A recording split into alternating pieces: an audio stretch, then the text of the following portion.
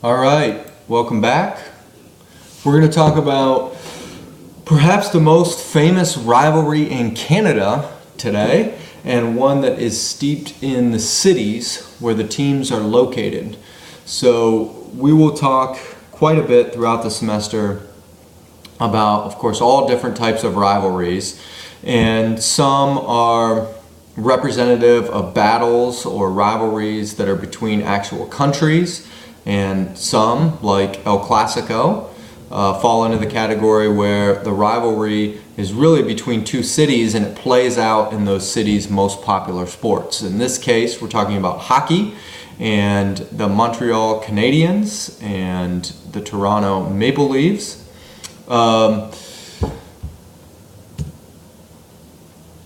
So you have two cities, the two largest cities in Canada, with the most history behind them. A lot of the tension between these two cities comes down to cultural difference and a battle between the two cities to be considered sort of the premier city of their nation in Canada. Thinking about if you're a tourist and you're going to Canada and you can only go to visit one city, what city are you going to visit? You know, each one of these cities would argue separately that, oh, you've got to come to our city, Montreal, or you've got to come to Toronto. And more recently, we've seen, of course, Vancouver rise on the west coast of Canada as making an argument perhaps for Canada's premier city. But as it relates to hockey, the roots of hockey are really in these two cities, Montreal and Toronto. When we talk about the cultural difference that adds to and fuels this rivalry, it all starts with language. And language is just one symbol of culture itself, right? In Montreal, the official language is not English, right, if anyone's wondering, but French, right? And there is very much a French cultural influence beyond just the language, but even the architecture of Montreal, the feel of Montreal, if you've ever been there. You very much feel like you're in a European city, and specifically a French city. So they're what's called francophones, right? People who speak French are francophones, and all of Quebec, the province where Montreal is located, is francophone, meaning French is the official language. But once you get out of Quebec and into any of the other provinces in Canada, English becomes the official language. And of course, Toronto, located in the province of Ontario, English is the official language. And if you've ever been to Toronto, it is very much an international city, a cosmopolitan city with lots of different people from different backgrounds and races and cultures kind of all living together in this city. But compared to Montreal, Toronto is much more like an American city, as we would think of it. So you've got this cultural clash between the two. Montreal is a much older city with more history than Toronto. Toronto has over time become the business center of Canada, with lots of the Canadian banks' headquarters located in Toronto. You also have a situation where the population of Toronto passed the population of Montreal in the 1970s, about the same time that Toronto's economy was really flourishing, and you saw lots of headquarters being based in Toronto. Even Canadian headquarters of firms that originate outside of Canada, a lot of those Canadian headquarters are in Toronto. But Montreal likes to think that, hey, we still are the cultural center of Canada, whereas Toronto maybe is the business center. And of course, there's economic similarities between the two. Even though Toronto kind of tries to claim that title of being the business center of Canada, they're both, of course, on the Canadian dollar, and because of that, there's lots of economic similarities from the standpoint of they are going to rise and fall with the appreciation or depreciation of the Canadian dollar versus the American dollar. And so their economic success is very much tied together, being the two biggest cities in Canada and of course on the same currency. But yet, even with that economic similarity, again, going back to where we started this conversation, their identity, this is a quote from the chapter, their identities are rooted in their differences from one another. They like to point out how, even though outsiders might see the cities as somewhat similar, there are many differences and they're unique from each other. We're going to look at a quick news article here that I found that makes light of this comparison somewhat, and I will just skim through it here.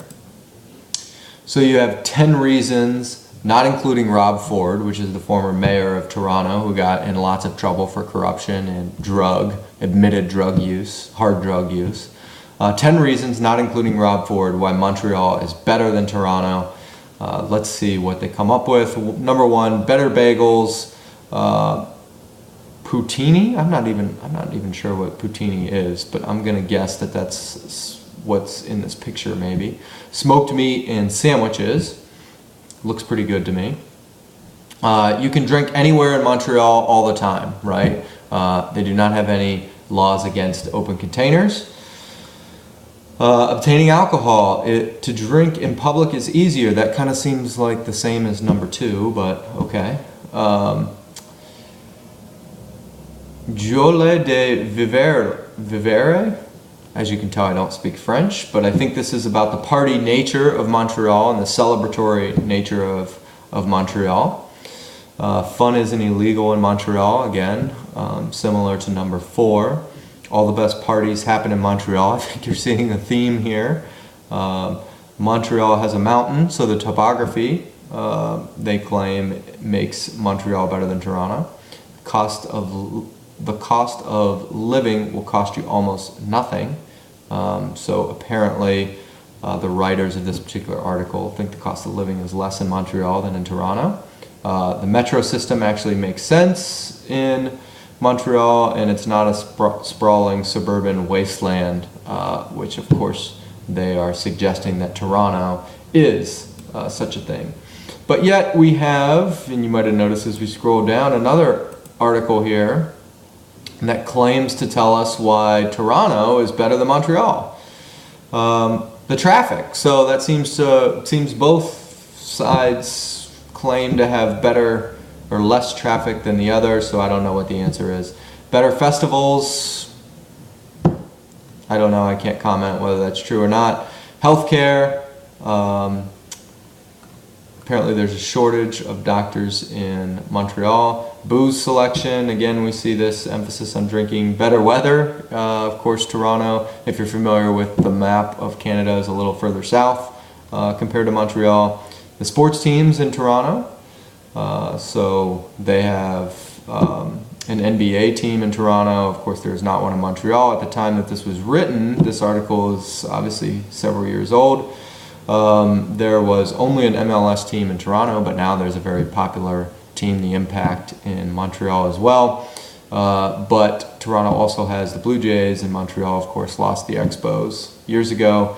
The ethnic food, I mentioned how you had quite a diverse population in Toronto, which also leads to some good ethnic food choices, the shopping, street vendors in Toronto, and concerts and theater. So anyway, just a quick taste from one writer's view as to what makes each city different or better than the other. Who knows? But it gives you some indication of the rivalry between the cities themselves, and that they compare their city to that other city and want to illustrate their dominance. So let's talk hockey for a minute. So there's lots of defining moments within this particular rivalry. The chapter in the Rivals book that you should read to go along with this discussion of this rivalry points out several defining moments between these two franchises. I'll just talk about one that I think is very interesting in the history of the two clubs. This deals with Frank Selke, who was assistant general manager for the Maple Leafs in the 1940s. And he got in a disagreement with the Maple Leafs managing director, Conn Smythe. Now, if you're a hockey fan, that Conn Smythe name should ring a bell to you, because the Conn Smythe Trophy, I believe, is the MVP trophy, if I'm not mistaken, in the NHL, named after the famous managing director of the Maple Leafs in the 1940s. So Selke disagrees with Conn Smythe. He leaves the Maple Leafs for the Canadiens, the Habs, as their nickname is. And he goes on to not just become the general manager of the Canadiens, but lead them to 6 Stanley Cups. So you can imagine how that sparked the rivalry, right? You go from one team, one rival team, to the other side of the rivalry, and then you're so successful with 6 Stanley Cups that, man, that really has to burn Maple Leafs and the Maple Leaf fans, right? But alas, although the Canadiens are the winningest team in the NHL, the Maple Leafs are right behind them. They're the second winningest team. So when we think about Stanley Cup success, Montreal has won the Stanley Cup an amazing 23 times, and Toronto is in second place with 13 Stanley Cups. So you have the two most successful franchises in that regard. Both of these franchises are also the top 2 in producing Hall of Famers, Hockey Hall of Famers. The Hockey Hall of Fame itself is in Toronto. I got a chance to visit it several years ago. If you ever go to Toronto, make sure to make time to visit the Hockey Hall of Fame. Even if you're not a hockey fan, it's pretty amazing. There's a whole Wayne Gretzky room in the Hockey Hall of Fame, which is pretty impressive. So these two teams are sort of battling as franchises for supremacy, not just in Canada, certainly in Canada, but also across the entire NHL through the history of the league. So you've got these two teams on top that look at each other as being their biggest rival for success, or their biggest threat to being the best franchise in the NHL.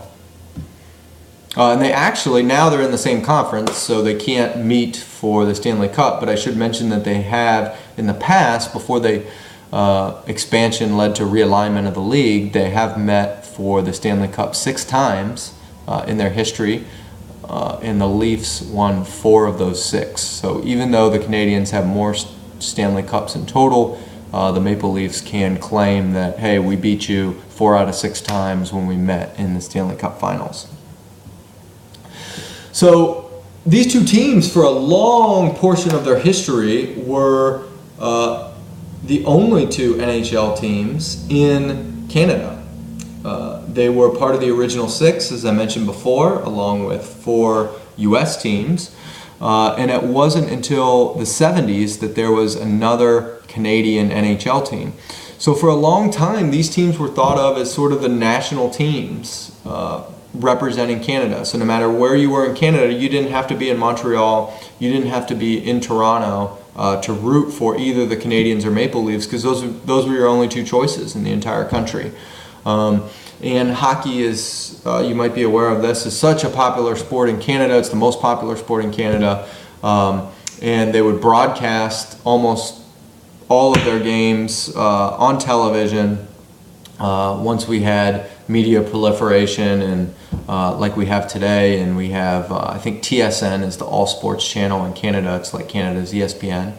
But even before TSN, you had Hockey Night in Canada, started way decades ago, and actually Monday Night Football is patterned after Hockey Night in Canada, where they would feature almost exclusively the Canadiens or the Maple Leafs playing against another team.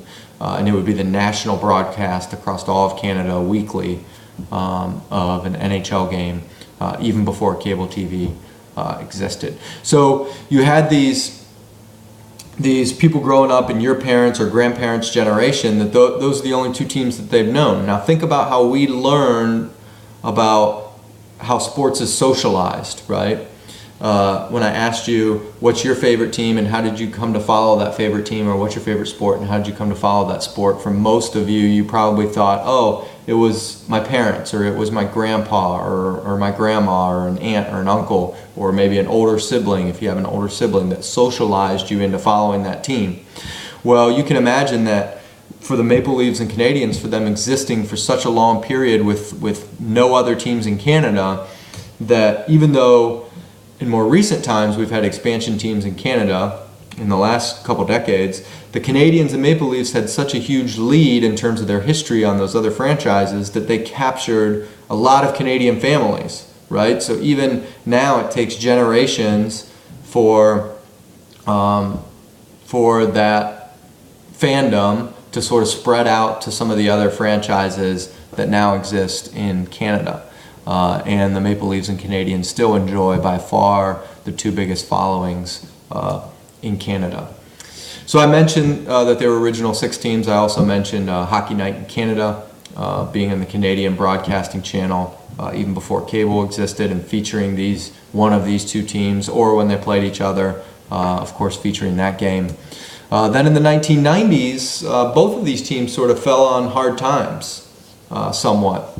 So 2 different main elements here happened in the 1990s. One was the depreciation of the Canadian dollar, meaning that the Canadian dollar was not very strong compared to the US dollar. And the reason that creates a major problem for Canadian franchises, not just the Maple Leafs and Canadiens, but any Canadian team competing in a league that also has US teams. That would be a problem now for all the Canadian MLS teams, or the Blue Jays, for instance, in MLB. The reason that's a problem is because these teams take in revenue primarily in Canadian dollars, right? They sell their tickets, they sell their merchandise, they sell their sponsorships in Canadian dollars. That revenue comes in Canadian dollars. But all of these teams have to pay their players in US dollars, even though they're located in Canada. And the reason for that is because if they paid in Canadian dollars, it could be a disadvantage in free agency, right? So they want to pay their players in US dollars, and all these Canadian franchises do. But you can imagine, given salaries in today's professional sports, that salaries are the biggest expense, right? So if all your money's coming in Canadian dollars, but it's going out in US dollars, and that Canadian dollar all of a sudden becomes not worth what it used to compared to the US dollars, your expenses are changing in terms of the value of those dollars, that US dollars that you have to pay out, but your revenue is being devalued as the Canadian dollar fell on hard times. So you have to bring in more Canadian dollars to pay off the same expenses in American dollars.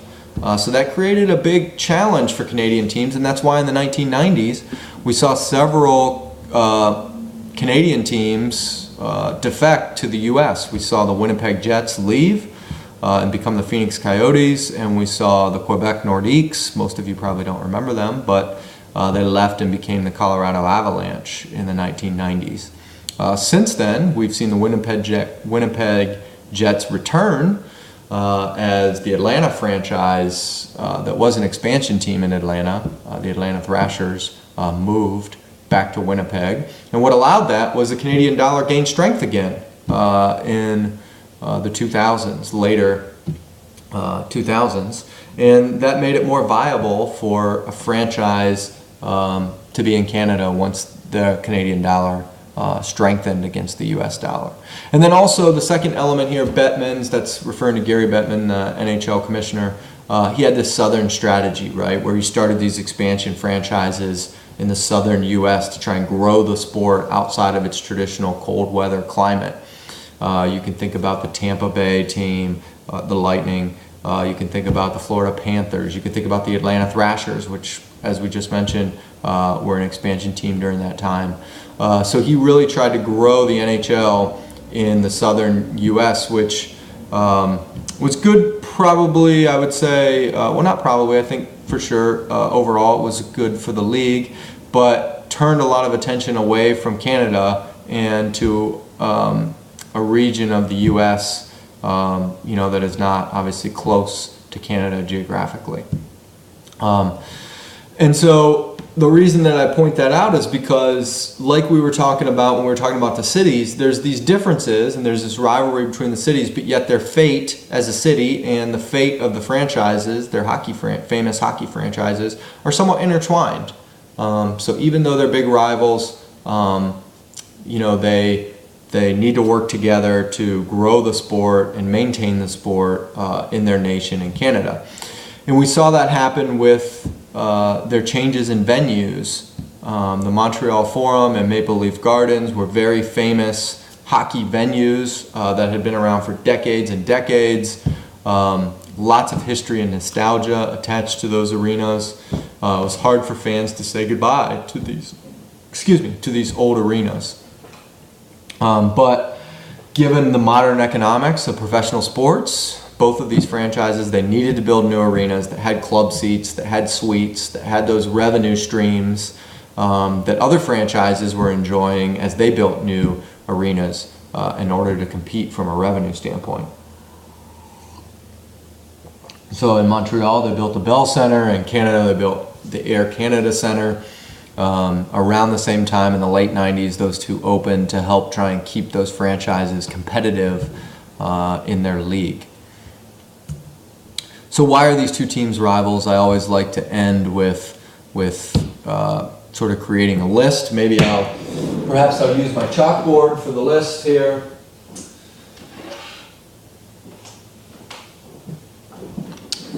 So one element is certainly their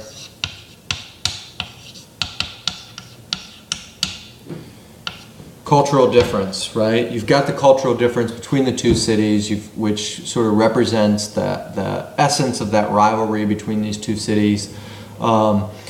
Geography, right? I'm going to put geography here, meaning that these two teams represent Canada, right? They're not close to each other necessarily as geography goes, but they represent Canada, and in that way, geography certainly plays into this rivalry. The fact that they're in the same country in a league where most of the franchises are located in a different country. So certainly that plays into it. I'm going to put historical parity on this list, meaning that these two teams have been two of the best NHL franchises, or probably the two best, judging by Stanley Cup titles and Hall of Famers, franchises in hockey. And like we were talking about earlier, that parity at the top of the league makes them natural rivals against each other.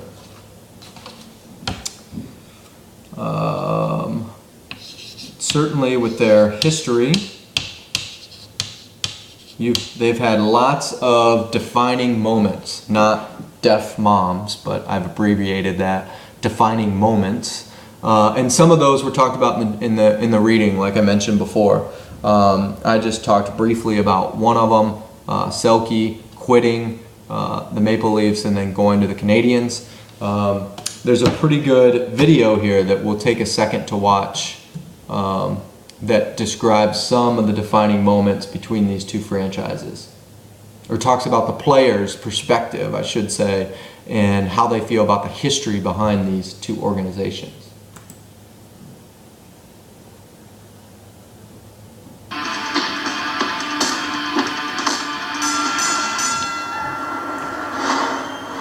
I grew up in Toronto, so probably Toronto-Montreal is the biggest rivalry I've seen. It's always nice to win the cup outside of Montreal, man. The best place to win it is right here in Toronto. Something that goes back forever. It goes way back between Montreal and Toronto. I remember as a kid always hating anyone who was a Montreal Canadiens fan. It was always a good atmosphere. You get the chills every time you walk out of that tunnel. There's 20,000 people. It sends shivers up your back. The games were pretty intense. When you're going to the rink, you can feel it in the city. It's an honor to be able to play in these kind of rivalry games.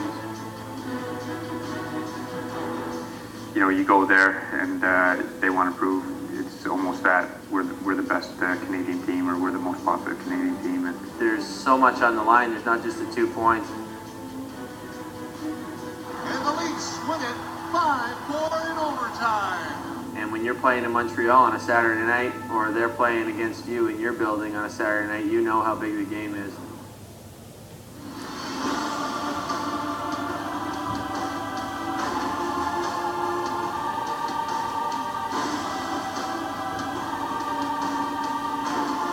I mean, it's great to be out here. We don't like these guys one bit.